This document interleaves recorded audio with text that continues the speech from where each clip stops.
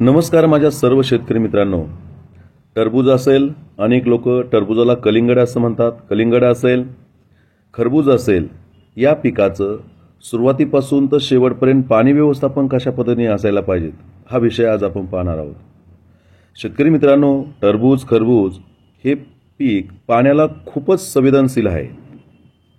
टरबूज लागवड करताना सुरुवातीच्या कालावधीमध्ये या टरबूजाची स्टेज काय आहेत, जमिनीचा प्रकार काय, त्या जमिनीचा पोत कसा आहे, आपण टरबूज लागवड केले त्यावेळेस हवेमध्ये थंडी किती आहे, दुपारचं टेम्परेचर किती आहे, त्या जमिनीचा प्रकार कसा आहे, त्याचप्रमाणे आपण जे ड्रीप पाणी देतोय ह्या पाणी देण्याचं ड्रीप 20 mm आहेत का 16 mm आहेत, त्याची लांबी किती आहे, आपण शेत तळ्याचं पाणी देतो का विहिरीचं पाणी देतो का बोरवेलचं पाणी देतो, म्हणजेच आपण जे पाणी देतो ते पाणी देताना त्या ड्रीपवरती प्रेशर किती आहेत किंवा एंड कॅप काढल्यानंतर त्या एंडला तिथं प्रेशर किती आहेत, पाण्याचा दाब किती आहेत, ह्या सर्व गोष्टी विचारात घेऊन आपल्याला टरबूज पिकाला पाणी व्यवस्थापन करायचं असतं.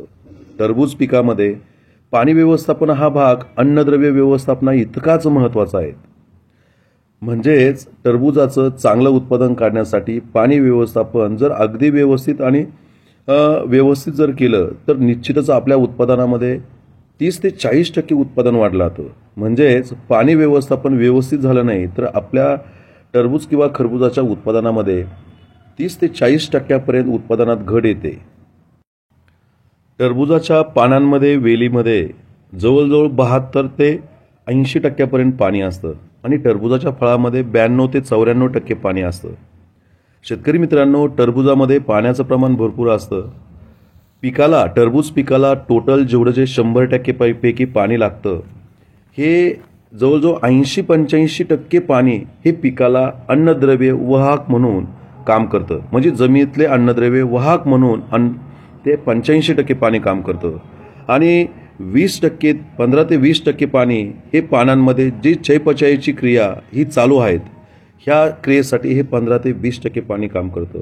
म्हणजेच जमिनीमध्ये जर वापसा कंडिशन पाहून जर तुम्ही पाणी दिलं तर नक्की आपलं उत्पादन चांगलं येतं. पाणी व्यवस्थापन म्हणजे काय की टरबूज आणि खरबुजांच्या मुळ्यांच्या कक्षमध्ये रायझोस्पियर असेल का रायझोप्लेन असेल ह्या एरियामध्ये वापसा पाहून पाणी देणे. 25% हवा आणि 25% पाणी, 45% माती आणि 5% ऑर्गेनिक कर्ब. म्हणजे 25% हवा आणि 25% पाणी ज्यावेळेस त्या मुळ्यांच्या कक्षेमध्ये राहील त्यावेळेस ती आदर्श स्थिती अशी असते. म्हणजे वापसा कंडिशन म्हणजेच काय की जमिनीमध्ये मुळ्यांच्या कक्षेत 25% हवा आणि 25% पाणी राहणं. वापसा आपण सहज म्हणतो त्याला वापसा ही स्थिती जमिनीमध्ये सर्वात महत्त्वाची आदर्श स्थिती आहे की त्या कालावधीमध्ये पिकाला लागणाऱ्या अन्नद्रव्यापैकी 70 ते 80% अन्नद्रव्य जमिनीतून शोषण करून घेत असतं. म्हणून कधी पण जमिनीमध्ये वापसा हा जास्त राहायला पाहिजे. हवेची जागा पाण्याने व्यापू नये आणि पाण्याची जागा हवेने व्यापू नये. म्हणून हे 25% याचं प्रमाण ह्या मुळ्यांच्या कक्षेत राहायला पाहिजे. याला आपण वापसा असं म्हणतो. तर चला शेतकरी मित्रांनो, आपण टरबूज पिकाला सुरुवातीपासून पाणी कसं द्यायला पाहिजेत, त्याच्या स्टेजनुसार पाणी किती लागतं हे आपण पाहू. शेतकरी बंधूंनो, तुम्ही ज्यावेळेस बेड तयार करता तो बेड किती उंच आहे, तो बेड किती रुंद आहेत, त्या जमिनीचा प्रकार किती आहे, त्याचप्रमाणे तुम्ही नोव्हेंबर-डिसेंबरमध्ये लागवड करताय की जानेवारी-फेब्रुवारीमध्ये लागवड करताय, ह्या गोष्टी विचारात घेऊन ज्यावेळेस तुम्ही बेड तयार करता त्यावेळेस तो बेड संपूर्ण अगोदर 3-4 दिवस पाण्याने पूर्णपणे भिजून घ्यायचा आहे. शेतकरी बंधूंनो, बेड जर चांगला भिजला नाही तर त्या मुळ्यांचा विकास व्यवस्थित होत नाहीत. मुळ्या ह्या आकुंचन पावल्या जातात. मुळ्या व्यवस्थित डेव्हलप न झाल्यामुळे खालीहून खतं उपलब्ध होत नाहीत. त्यानंतर पुन्हा पाण्यामुळं अनेक समस्या ह्या पिकामध्ये दिसतात. शेतकरी मित्रांनो, पिकाची पांढरी मुळी ही अन्न आणि पाण्याच्या शोधामध्ये बेडमध्ये संपूर्ण भागामध्ये विकसित होत असते, पांगत असते, डेव्हलप होत असते. शेतकरी मित्रांनो, संपूर्ण बेड तुम्ही टरबूज आणि खरबूज रोपांची पुनर्लागवड करण्याच्या आदल्या दिवसापासून तर अगोदर 5-6 दिवस तुम्ही संपूर्ण बेड भिजून घ्या. आपल्याकडे पाण्याची उपलब्धता किती आहेत यानुसार तुम्ही तो बेड चांगला संपूर्ण भिजून घ्या. 2, 3, 4 दिवस 6-7, 7-7 तास पाणी तुमचं राहावा आणि मग चांगला बेड भिजल्यानंतर तुम्ही दुसऱ्या तिसऱ्या दिवशी रोपांची पुनर्लागवड करावी. शेतकरी मित्रांनो, रोपांची पुनर्लागवड केल्यानंतर ज्यावेळेस तुम्ही रोपांची लागवड करत जाताय त्यानंतरनं कमीत कमी 1 तास ते 1.5 तासामध्ये त्या रोपांना पुन्हा 15 ते 20 मिनिटं हे तुम्ही पाणी द्यायला हवं.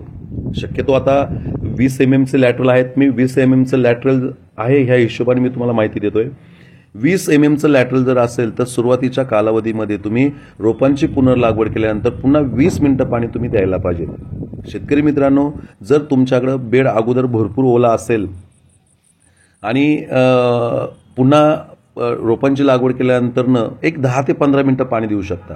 जर अगोदर बेड व्यवस्थित भिजला नसेल तर तुम्ही ते पाणी जवळजवळ पाऊण तासापर्यंत ते पाणी द्यायला पाहिजे. शेतकरी मित्रांनो, जर तुम्हाला पाणी देणं झालं नाही तर ज्यावेळेस तुम्ही रोपांची पुनर्लागवड करताय त्यावेळेस तुम्ही पुन्हा त्याला चूळ भरा झाडांना, म्हणजेच एक 70-80 ml पाणी तुम्ही त्या झाडाच्या बुडाला द्या. शेतकरी मित्रांनो, टरबूज लागवड करता वेळी अनेक वेळा लॅटरल पासून काही छिद्र हे लांब पडलेले असतात डाव्या किंवा उजव्या साईडला. म्हणजे 10 सेंटीमीटरपेक्षा जर तुमचे छिद्र लांब जर असेल तर त्या भागामध्ये पाणी जात नाहीत आणि त्या भागात पाणी जाण्यासाठी आपल्याला जास्त वेळ ड्रीप चालू ठेवावं लागतं. रोपांना पाणी जास्त झाल्यानंतर कदाचित प्रॉब्लेम पण होण्याची शक्यता आहे. म्हणून असे जे लांब ज्या रोपांची लागवड झाली तिथं तुम्ही 70-80 ml पाणी रोपांची लागवड केल्यानंतर तुम्ही बुडाला देऊ शकता किंवा खोडाला देऊ शकता. शेतकरी मित्रांनो, टरबूजाला सुरुवातीला पाणी हे खूप कमी लागतं आणि जसं जसं वेलाची डेव्हलपमेंट होईल तसं पिकाला पाणी हे पुढं वाढावं लागतं आणि फळ फुगवणीच्या कालावधीमध्ये पाणी भरपूर लागतं. शेतकरी मित्रांनो, टरबूज रोपांची पुनर्लागवड केल्यानंतर तुम्ही रोज पिकाला पाणी देऊ नका. दिवसाआड पाणी तुम्ही हे द्यायला पाहिजे. मध्यम ते भारी स्वरूपातली जर जमीन असेल तर तुम्ही आज टोमॅटो रोपांची लागवड केल्यानंतर अर्धा 1 तास पाणी दिलं तर दुसऱ्या दिवशी तुम्ही पाणी देऊ नका. तिसऱ्या दिवशी पुन्हा तुम्हाला 1 तास ते 1.25 तास पाणी तुम्हाला देता आलं पाहिजे. म्हणजेच 1 तासामध्ये 20 mm लॅटरलचा जवळजवळ 4-4.5 लिटरचा डिस्चार्ज असतो. 4 लिटर जर पाणी हे 1.25 फुटामध्ये जर गेलं तर त्या एरियामध्ये 2 ते 2.5 स्क्वेअर फूट ते रान भिजलं जातं. त्याच्यामुळे जमिनीमध्ये चांगल्यापैकी पाणी जातं. जर तुमचं मध्यम स्वरूपाचं रान असेल तर तुम्ही दुसऱ्या दिवसालाही पण पाणी देऊ शकता, पण तुम्ही ते 15 ते 20 मिनिटं पाणी देऊ शकता. शेतकरी मित्रांनो, पुन्हा असं तुम्हाला एक 10 दिवसापर्यंत दिवसाआड तुम्हाला 1-1.5 तास पाणी तुम्हाला देता आलं पाहिजे. शेतकरी मित्रांनो, 10 दिवसापासून ते 20 दिवसापर्यंत आपल्याला बऱ्यापैकी झाडांची एक 4 ते 5 पानावरती झाडं रोपं हे आलेले असतात. 10 दिवसापासून ते 20 दिवसापर्यंत तुम्ही पुन्हा हे दिवसाआडच पाणी द्यायचं आहे. रोज टरबुजाला पाणी द्यायचं नाही तर तुम्ही दिवसाआड पाणी द्या, पण ते तुम्ही अगोदर जे पाऊण तास 1 तास पाणी देत होते तुम्ही ते 1.5 तास पाणी द्या. जर आपली जमीन हलक्या स्वरूपाची असेल तर तुम्ही ते पाणी 1.25-2 तास पाणी द्या आणि जर चांगल्यापैकी जमीन असेल तर 1.5 तास तुमचं पाणी हे तुमचं 10 दिवसापासून रोपं लागवड केल्यापासून ते 20 दिवसापर्यंत हे दिवसाआड जायला पाहिजे. शेतकरी मित्रांनो, ज्यावेळेस तुम्ही रोज पाणी देताय, रोज पाणी दिल्यानंतर मुळ्यांच्या कक्षेत हवेची जागा पाणी व्यापतं. पाणी व्यापल्यामुळं जमिनीमध्ये हवा खेळती राहत नाही. त्याच्यामुळं पिकाला 0% खालीहून खतं घेता येत नाहीत. म्हणजे जमिनीमध्ये मुळ्यांच्या कक्षेमध्ये जर पाणी भरपूर झालं तर जमिनीमध्ये त्या पिकाला जमिनीतून खतं उपलब्ध होत नाहीत. हे आपण आधी लक्षात घेतलं पाहिजे. म्हणून पाणी देताना तुम्ही सुरुवातीला हे वापसा पोहून पाणी द्या. शेतकरी मित्रांनो, तुमचा 20 दिवसापासून तर पुढल्या 10 दिवस 30 दिवसापर्यंत तुम्ही पुन्हा हे दिवसाआडच पाणी द्या. शेतकरी मित्रांनो, रोज पाणी देऊ नका. जसं जसं पांढरी मुळी ही डेव्हलप होईल, जेवढी वेलाची लांबी, वेल जितका लांब वाढला जातो तितकी त्याची पांढरी मुळी पण डेव्हलप होते. म्हणून त्या बेडमध्ये संपूर्ण एरियात आपल्याला पाणी द्यायचं आहे. म्हणून तुम्ही रोज पाणी न देता दिवसाआड पाणी जर दिलं तर तुम्ही पाणी हे ज्या दिवशी पाणी देणार आहे त्या पाण्याचा तास तुम्ही वाढवणार आहे. म्हणजे 20 दिवसापासून ते 30 दिवसापर्यंत आपला वेल बऱ्यापैकी 9-10 पानावर गेलेला असतो. म्हणजे 2 ते 2.5 फुटापर्यंत हा बेल गेलेला असतो. शेतकरी मित्रांनो, त्या पिकाच्या पांढऱ्या मुळ्या सुद्धा कमीत कमी 1-1.25 फूटपर्यंत लांब गेलेल्या असतात. तर ह्या कालावधीमध्ये पुन्हा तुम्ही दिवसाआड पाणी द्या. पाणी देत असताना आपल्याला 2 ते 2.5 तास पाणी आपल्याला 2.5 तास पाणी आपल्याला ह्या 20 दिवसापासून ते 30 दिवसापर्यंत आपल्याला द्यायचं आहे.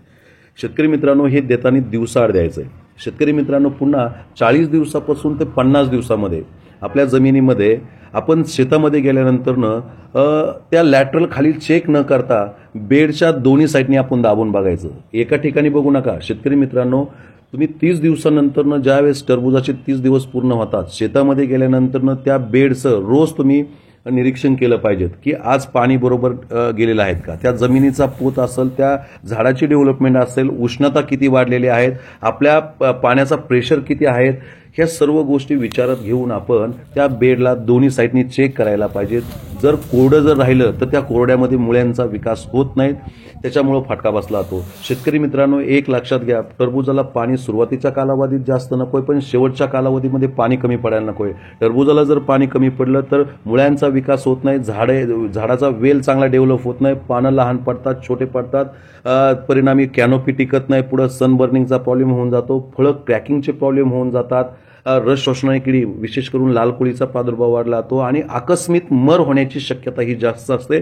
म्हणून 40 दिवसाच्या पुढे तुम्ही पाणी हे तुम्हाला त्या पिकाच्या गरजेनुसार बेडच्या बाहेर तुम्हाला पाणी काढता आलं पाहिजे. पण तरी तुम्ही रोज पाणी न देता 30 दिवसापासून ते 40 दिवसापर्यंत जसं मी तुम्हाला पाण्याचं व्यवस्थापन सांगितलंय, त्याचप्रमाणे पुढेही पण 40 ते 50 दिवसामध्ये सुद्धा तुम्ही गरजेनुसार तुम्ही दिवसाआडच पाणी द्या. पण दिवसाआड पाणी देताना तुम्हाला 3-3.5 तास ते 4 तास पाणी तुम्हाला देता आलं पाहिजे. एक दिवस पूर्ण वापसा ठेवा, त्या वापसा कंडिशनमध्ये पिकाला पाणी उचलता येते आणि मग दुसऱ्या दिवशी तुम्ही जे पाणी देणार आहे ते जास्त पाणी द्या की जेणेकरून बेडचा जो बॉटम भाग आहे खालचा तो त्या एरियामध्ये पाणी येऊन जाईल.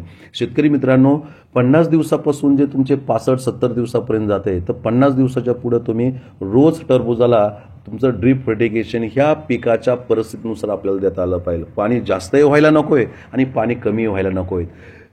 तर अशा पद्धतीने आपण टरबूज पिकाचं, खरबूज पिकाचं किंवा कलिंगडाचं पाणी व्यवस्थापन करायला पाहिजे. शेतकरी मित्रांनो, पाणी हे फार महत्त्वाचं आहे. पाणी जास्तही व्हायला नको, पाणी कमी पण व्हायला नकोय. 50 ते 65 दिवसाच्या कालावधीमध्ये तुम्ही रोज पिकाला पाणी दिलं तर चांगलं राहील. पण ते पाणी देताना 2-2.5-3 तास असं जमिनीचा प्रकार बघून तुम्ही पाणी द्या. शेतकरी मित्रांनो, पाणी देताना शक्यतो सकाळच्या सूर्योदयापासून तर सूर्यास्तापर्यंत तुम्ही पाणी दिलेलं कधी पण चांगलं राहील. जे तुम्ही ड्रीप फर्टिगेशन करताय हे पण सूर्यप्रकाश ज्यावेळेस स्वच्छ सूर्यप्रकाश राहील, म्हणजे दिवसा तुम्ही कधीही ड्रीप फर्टिगेशन करू शकता. पाण्यातून पाण्याचं बाष्पीभवन झालं तर खालून पाण्यासोबत खतं हे उपलब्ध होत असतात. म्हणून शक्यतो रात्रीचे खतं देण्यापेक्षा तुम्ही दिवसाचे खतं द्यावेत. आणि पाणी पण देताना तुम्ही पाण्याचंही पण एक 3-4 ठिकाणी रोज त्या पिकाला पाणी ते बेडमध्ये तुम्ही निरीक्षण करून हातामध्ये दोन्ही साईडनी तुम्ही ते बेड व्यवस्थित पाहून पाणी किती जास्त झालंय, पाणी किती कमी पडलंय, हे सर्व तुम्ही प्रत्यक्ष प्लॉटमध्ये पाहणी करून तुम्ही पाणी द्यायला पाहिजेत. अति पाणी झाल्यानंतर सुद्धा पिकाला पाण्यात जमिनीतून खतं घेता येत नाही. अति पाण्यामध्ये मुळ्यांची मर होत असते. जमिनीमध्ये पिथियम, फ्युजेरियम, फायटोप्थोरा नावाच्या बुरशी असतात. त्या बुरशांमुळं अति पाण्यामुळं ही बुरशी या पिकाच्या मुळ्यांवरती म्हणजे रूट रॉट चा प्रॉब्लेम होण्याची शक्यता असते. पाणी कमी पडल्यानंतर कॉलर रॉटचा प्रॉब्लेम होण्याची शक्यता असते, म्हणजे खोडाची साल खराब होऊन जाणे. तर असे सर्व प्रकार पुढे शेवटला येतात. परिणामी अचानक वेल मरून जात असतात. आकस्मिक मर त्या वेलांची होत असते. म्हणून पाणी व्यवस्थापन हे प्रत्येक शेतकऱ्याने, की ज्या शेतकऱ्याने अगोदर 2-3 वर्ष टरबूज पीक घेतलेलं आहे, ह्या शेतकऱ्याने अगोदर त्याचा अनुभव घेऊन आपल्या जमिनीचा प्रकार, आपल्या हवेमध्ये टेम्परेचर किती आहेत, पाण्याचा प्रेशर किती आहेत, आपल्या जमिनीचा प्रकार कसा आहे, पिकाची स्टेज काय आहेत, हे सर्व बघून स्वतः पाणी व्यवस्थापन करायला पाहिजे. शेतकरी मित्रांनो, पाणी व्यवस्थापनावरती पिकाचं 35-40% उत्पादन अवलंबून आहेत. म्हणून हे पाणी व्यवस्थापन तुम्ही चांगलं करा. शेतकरी मित्रांनो, मी ही पाणी व्यवस्थापनाबाबत अतिशय चांगली माहिती दिलेली आहे. ही माहिती जर तुम्हाला आवडली असती तर नक्कीच कमेंट्स करा आणि इतर शेतकऱ्यांनाही तुम्ही ही माहिती शेअर करा. धन्यवाद.